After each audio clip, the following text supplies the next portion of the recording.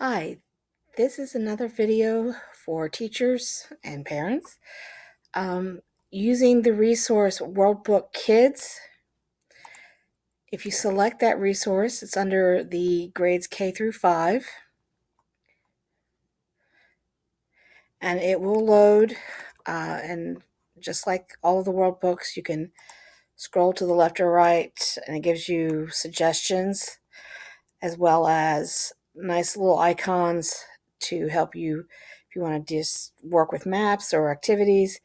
But if you go to the bottom and click on For Educators, this pop-up menu will appear and you want to select Educator Tools. And then you can close it. The first thing that appears on this page is the curriculum correlation. It's already selected for Ohio, but if you wanted to suggest this to a neighboring state, that's available as well. You select your topic, choose mathematics. I want grade 4. I hit submit, and I wait for this window to populate. And I see that I have a couple of the standards that are have materials, and this one is Model with Mathematics. And if I click on the hyperlink, it brings me to 3 articles related to this standard. So this is an easy way to incorporate some literature into the non-reading classroom. And if you click on, I selected edition. And the nice thing about the Worldbook Kids is the articles are quick and easy. This is the one for edition. And you can see it's not very long, well spaced. I can have it in Spanish. I can have it in French.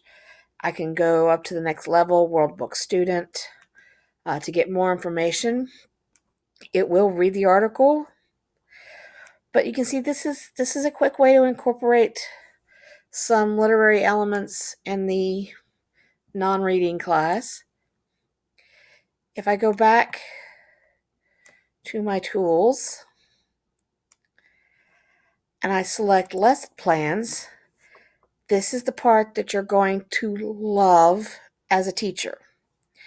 All of these little hyperlinks, lesson plans, activities, games, science projects, this will lighten your load, I promise. If I click on lesson plans, I have a side menu where I can choose the topic of the lesson plan, and it even has like write it down lessons. So there's something here for the English teachers as well as the math, the science, and the social studies.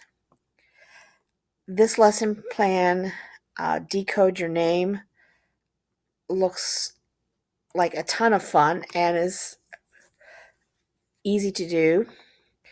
And this is something you could actually, it gives you the hyperlinks like edition, which will take me right back to that article.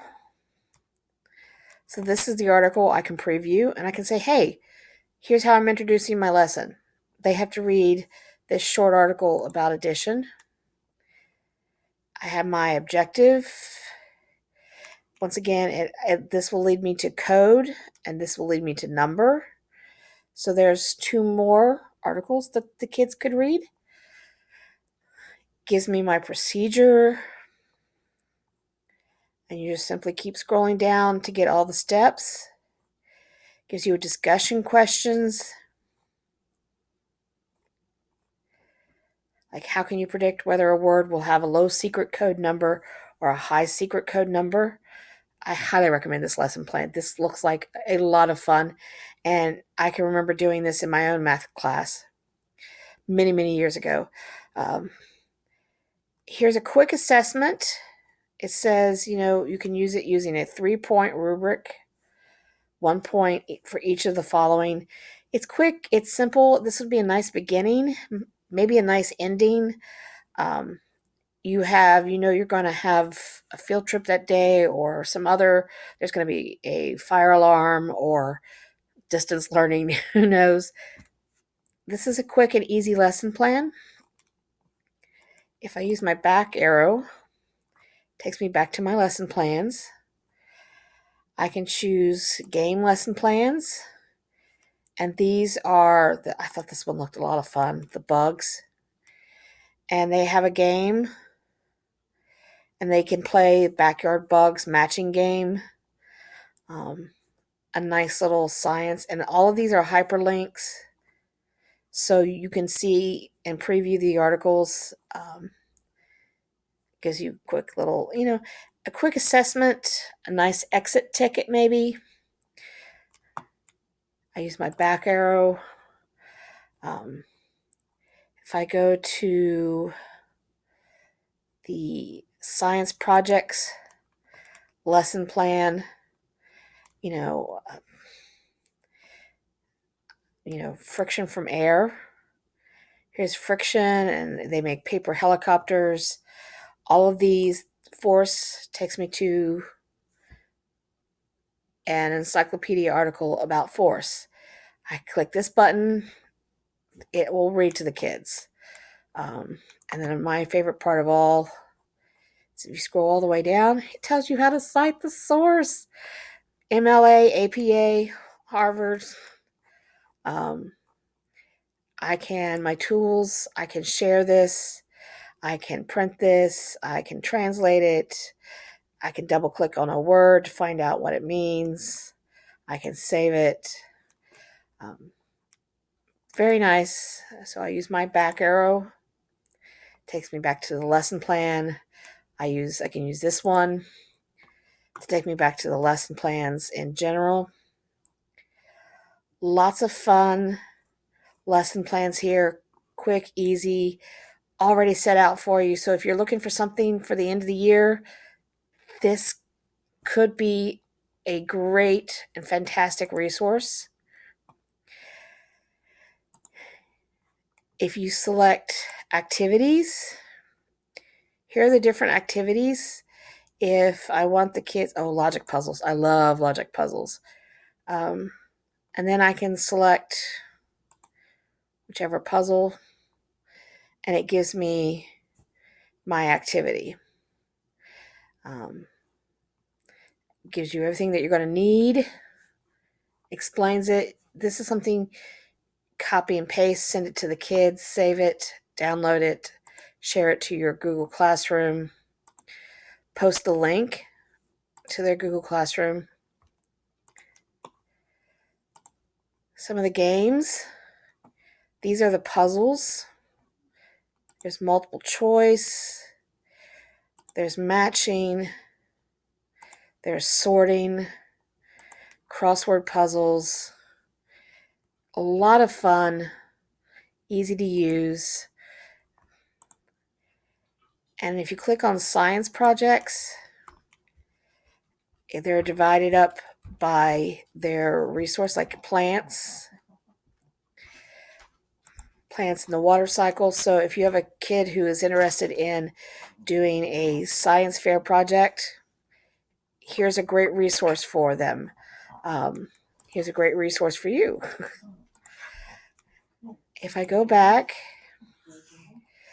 the next best resource is the WebQuest, and this is probably one of the greatest resources for this moment in time. All you have to do, like the first one that comes up is the research skills. Click on Take the WebQuest, and it will bring up a PDF that you can download, and it gives the questions, it tells the kids where to look. You print this out, or you do a screen capture, or you save this and send it to the kids and say, listen, on a Google Docs, I want you to answer these questions about this WebQuest. It's safe, it's easy, it's already done. Now, I do have to warn you that if you scroll all the way down, you will hit the teacher page, which is the answer key. So you do need to find a way to somehow eliminate that from the resource. So I exit out. My next favorite, and you can see, like, here's baseball history, ancient Rome, ancient Egypt, um, cats. Oh, yes, there's a great web quest. Um, Spanish. Here's, Dia de los Muertos, the Day of the Dead. Um, Dinosaurs, dogs, Dr. Seuss. Get to know Canada. Get to know Mexico, New Zealand, and then here's the moon landing. So you have a lot of choices, and I'm going to pick up on the solar system.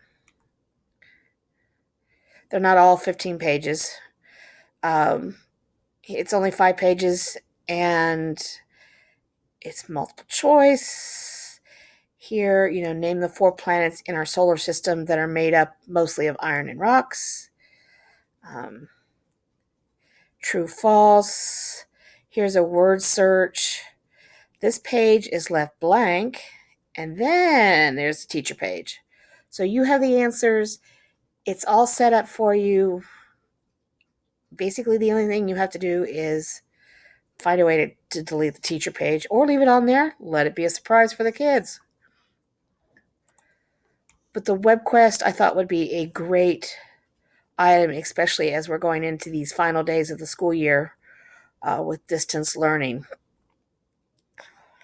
But that is the educator tools that are available for the World Book Kids edition.